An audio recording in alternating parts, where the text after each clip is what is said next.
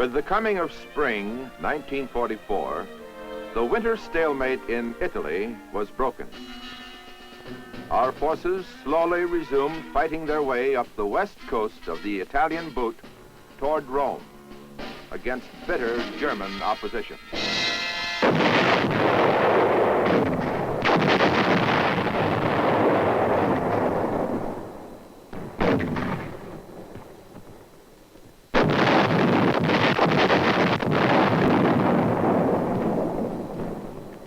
The British advanced up the east coast in the face of equally bitter opposition.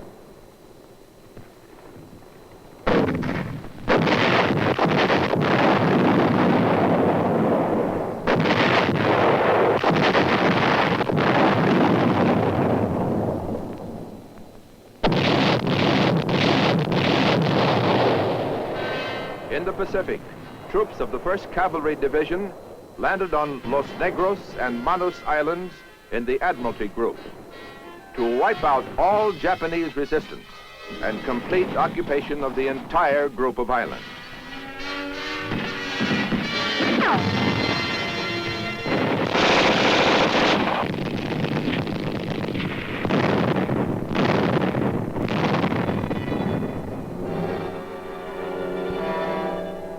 We landed large forces at Hollandia and Aitape on the north coast of New Guinea.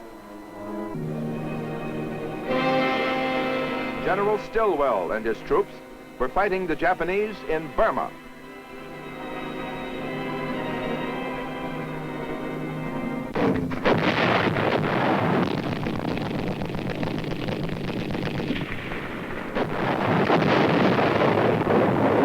This was global warfare on a scale never known before.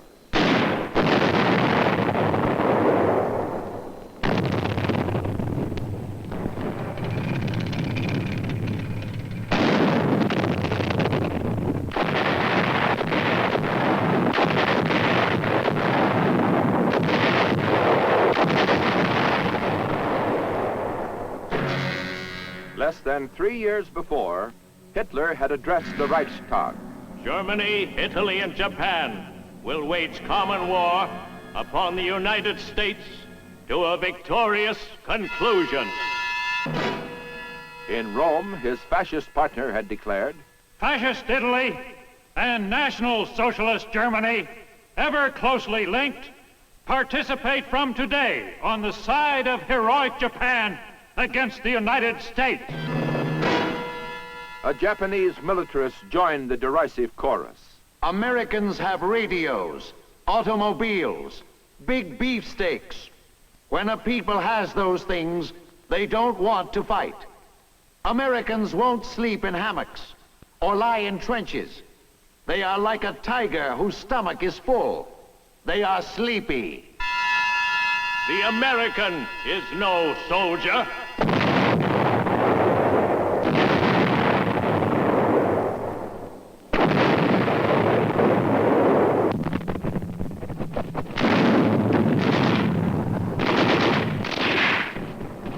The American, no soldier? And yet there he was, carrying the fight to the boastful aggressors.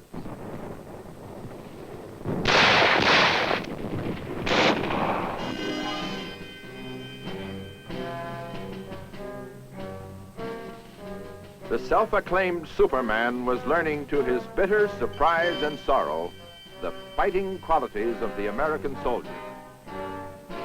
It seems the aggressors had made a slight miscalculation.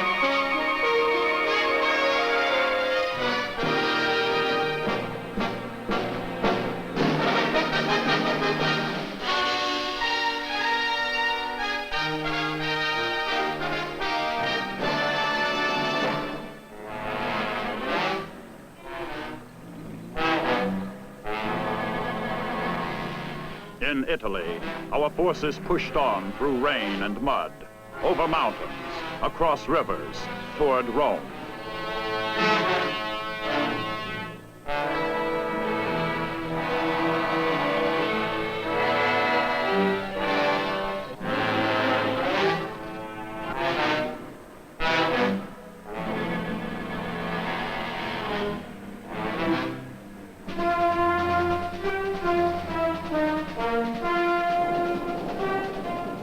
Our power drive up the Italian boot forced the enemy to divert 30 of his divisions from France and the Low Countries, weakening his defenses along the English Channel coast, where our invasion of France was soon to come.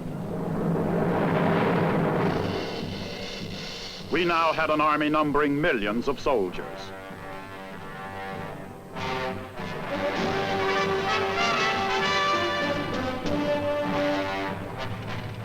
We now had 150,000 armored vehicles as compared to the 29 tanks the Army had in 1940.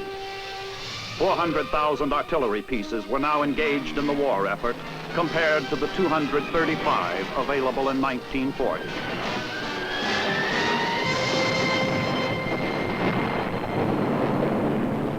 From a 1940 production capacity of 117 aircraft a month, we were now producing 9,000 planes of all types a month, a plane every 5 minutes, 12 an hour. Here now was an air arm of 150,000 planes, supporting the coordinated Allied effort to wipe out enemy industry, supply routes, and communication facilities.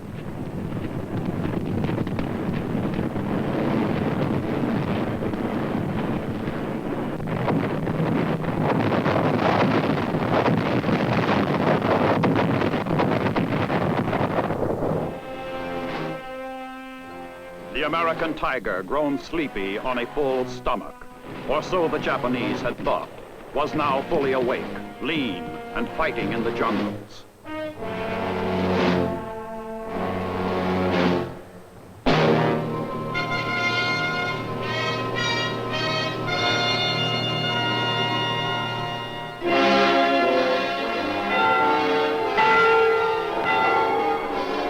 On the 4th of June, 1944, our Fifth Army captured Rome. It was a military victory, yes, but its psychological effect carried the greater impact throughout the world. For a first Axis capital to fall in our hands, bringing consternation and foreboding to the enemy, and fresh heart and rejoicing to the free world and its fighting forces.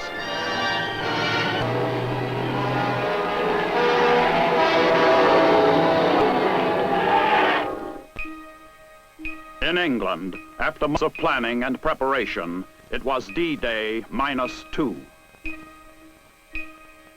General Eisenhower was about to unleash the most massive amphibious invasion in history. During the Big Bill had become a vast staging area for troops and the materiel of war.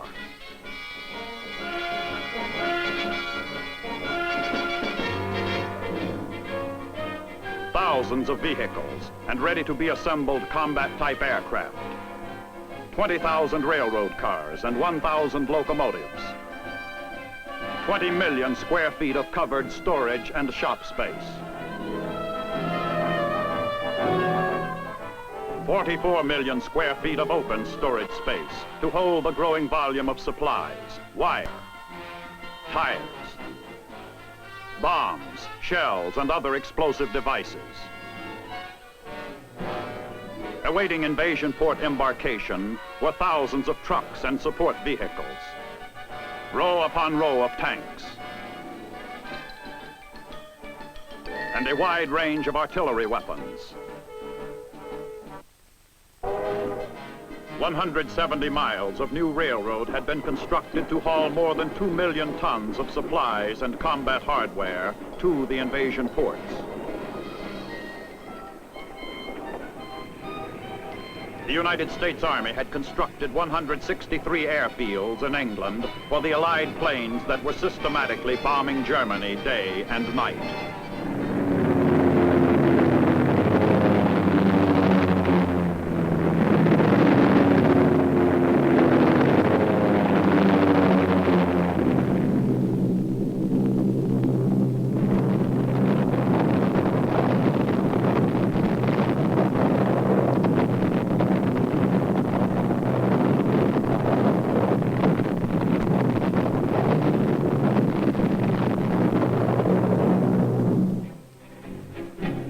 invasion directive issued by the combined chiefs of staff was concise.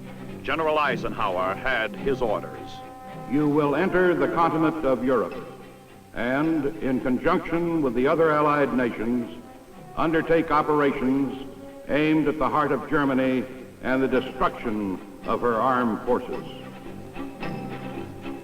Another American general was to have a central role in complying with that monumental order. General Omar Braldey, field commander of American forces.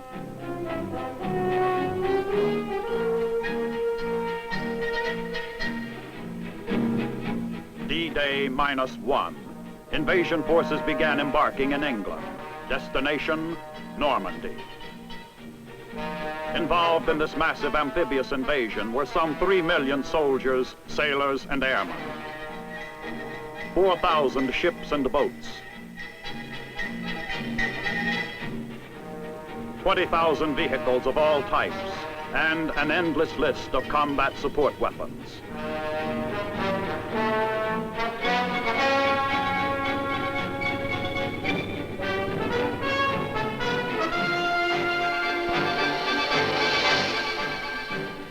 Operation Overlord, the code name for the invasion, was close at hand. Now, as D-Day and H-Hour approached, the final logistical operation was underway.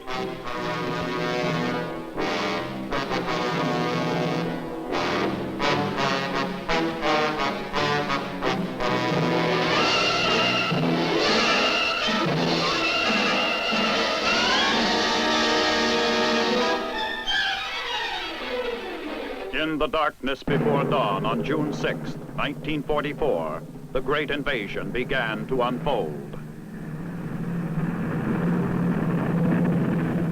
17,000 men of the 82nd and 101st Airborne Divisions, with over 2 million pounds of combat equipment and supplies, were airlifted to carefully selected drop zones behind the invasion beaches, where they were dropped to secure key road junctions and other strategic terrain objectives.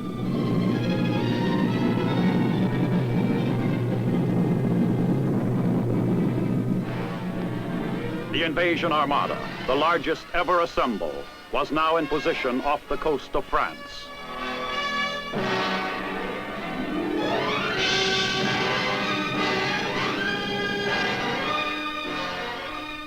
While our assault forces prepared for H-Hour, Allied naval power began their concentrated shore bombardment.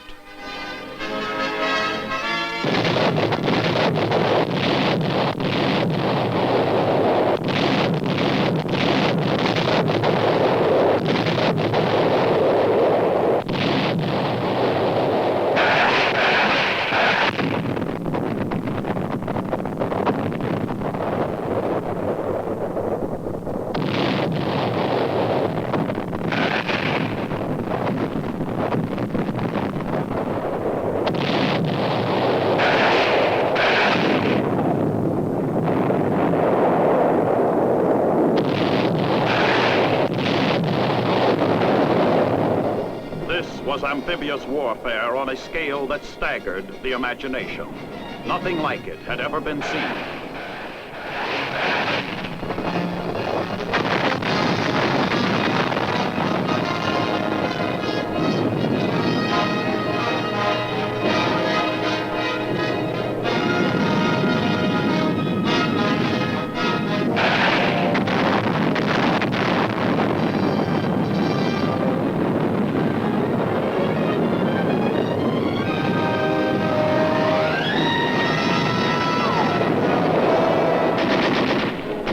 Omaha Beach, in the first assault, 30,000 American troops stormed ashore.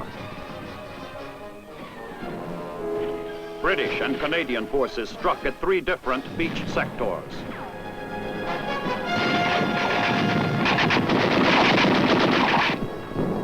At Utah Beach, 20,000 American troops were landed. By the end of the first day, our invasion force ashore totaled 120,000 men. With every passing hour, with each passing day, reinforcements streamed ashore to enlarge the beachhead with tanks, trucks, ammunition, and supplies.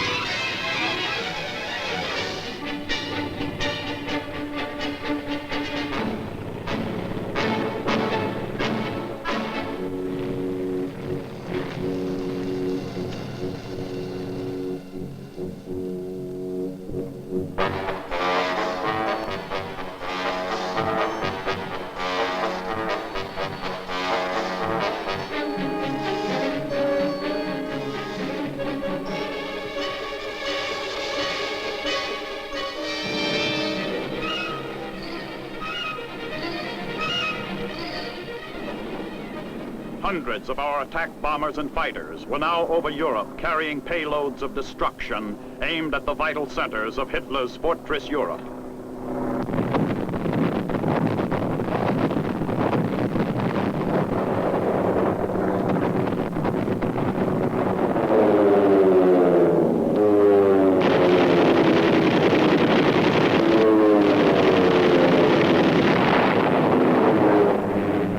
Fortresses in heavy formations cascaded 3,500 tons of explosives, a ton every second, upon Nazi-held positions.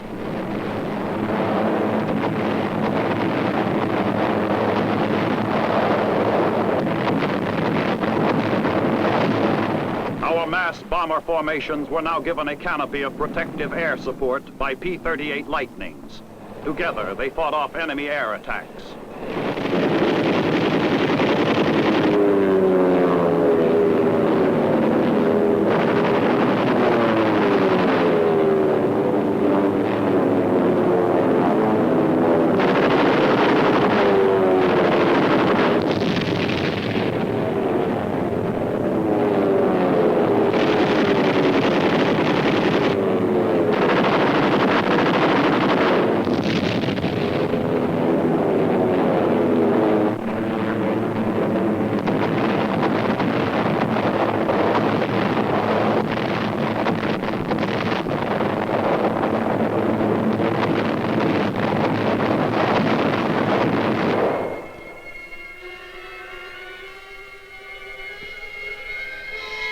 As the roar of engines and concussion of the bombs were still ringing in the ears of a dazed and battered enemy, our ground artillery opened up.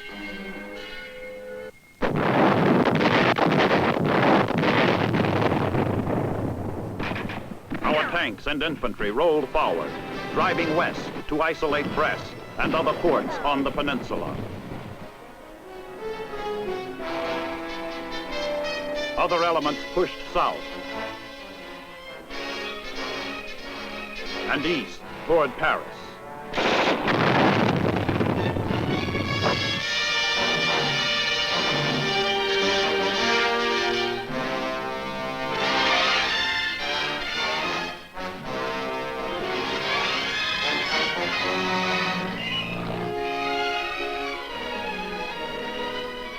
What was left of 10 German divisions was mopped up by the very men their Führer had told them were not soldiers and would not fight.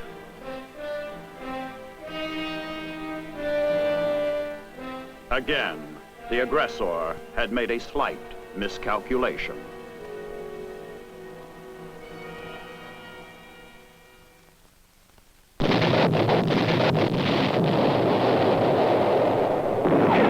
As the Germans were meeting disaster in northwestern France, the United States 7th Army, combat-hardened veterans of the fighting in Italy, hit the beaches in southern France on the morning of August 15th.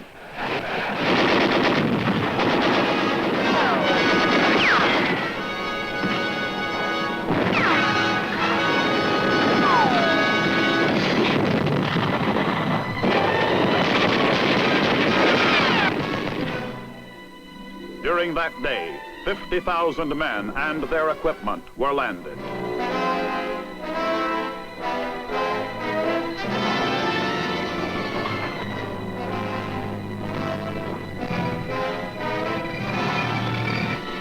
The American 6th Army Corps pushed north along the Rhone River Valley.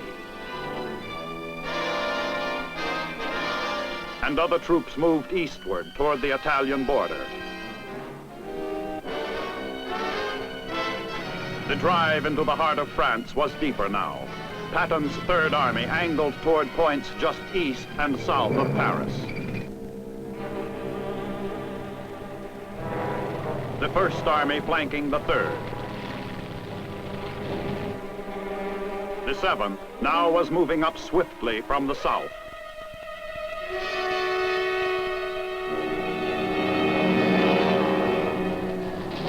Days after the landings in southern France, Paris was liberated after 4 years of Nazi occupation.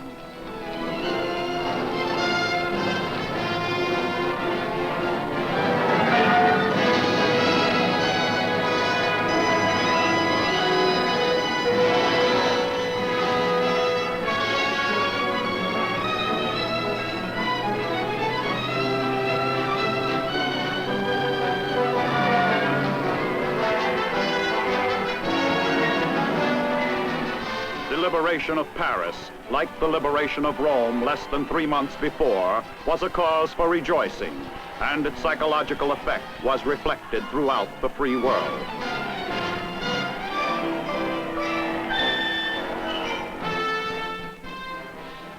Among our troops, who paraded so proudly down the Champs-Élysées, were some whose fathers had followed the same flag down that famous avenue a quarter of a century before, celebrating another victory, which they too had won in the best traditions of the American fighting man, and who had come there not for conquest, but to liberate. But the men of our fighting forces knew it was only one more important milestone along the rugged road to victory.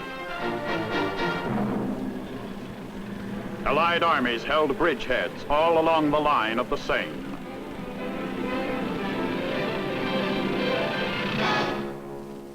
In the south of France, they captured Toulon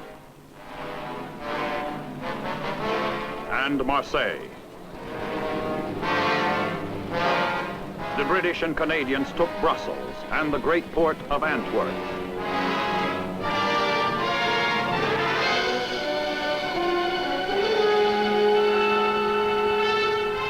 The first American army pushed across the border into Belgium and drove on to Liège. The third took Verdun.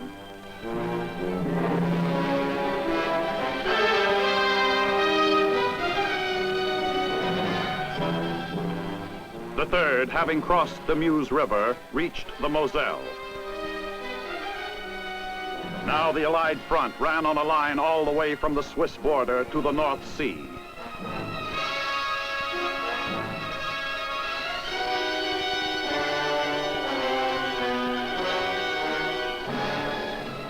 Seventh Army patrols coming up from the south met patrols from the Third Army.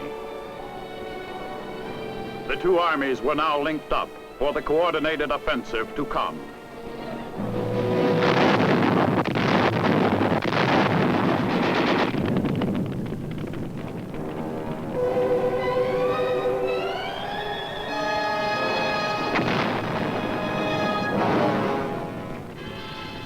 Retreat for Nazi forces caught on the wrong side of the line was cut off.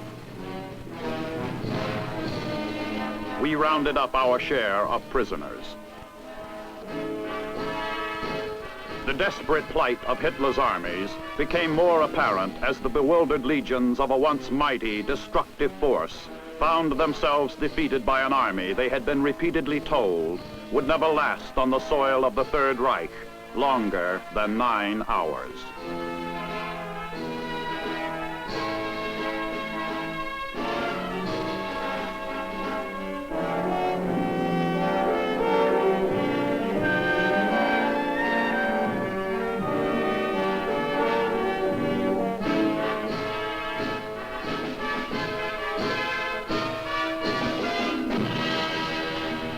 In the 97 days, the 5th Corps had led the assault on Omaha Beach. It had come nearly 500 miles and now drove across the German border and stood on the soil of Hitler's Germany.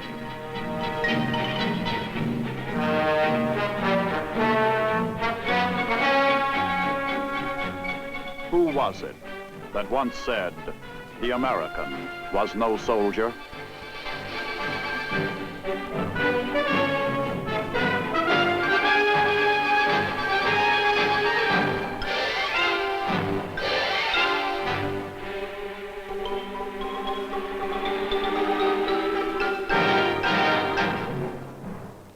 In World War II, the American soldier proved his fighting qualities, as he always has and always will. He stands second to none, and his leadership is second to none. From private to general, he is the product of a free society conceived in liberty. He even has the power, through his right to vote in free elections, to choose his own commander-in-chief. He has a voice in making the laws which govern him. He has a precious heritage to defend, much to fight for when he must fight, to defend his good way of life. He prefers the arts of peace, as all men of goodwill do. Yet he knows how to practice the arts of war. In some of the scenes filmed of the actual historic events which have been documented in this series, you have seen the reaction to the American soldier by newly liberated peoples in North Africa, Italy, and France. To them, he was and still is a living symbol of freedom, for he came to their lands giving of himself, not for conquest, but to liberate, to defeat and destroy a ruthless aggressor. Or we might well say the aggressor, who, like evil throughout history, lives on and has been known by many names. The aggressor, who would dictate and impose his will upon those he would conquer and enslave. And not the least among those who stand opposed to him is the American soldier. He knows the price of freedom is eternal vigilance.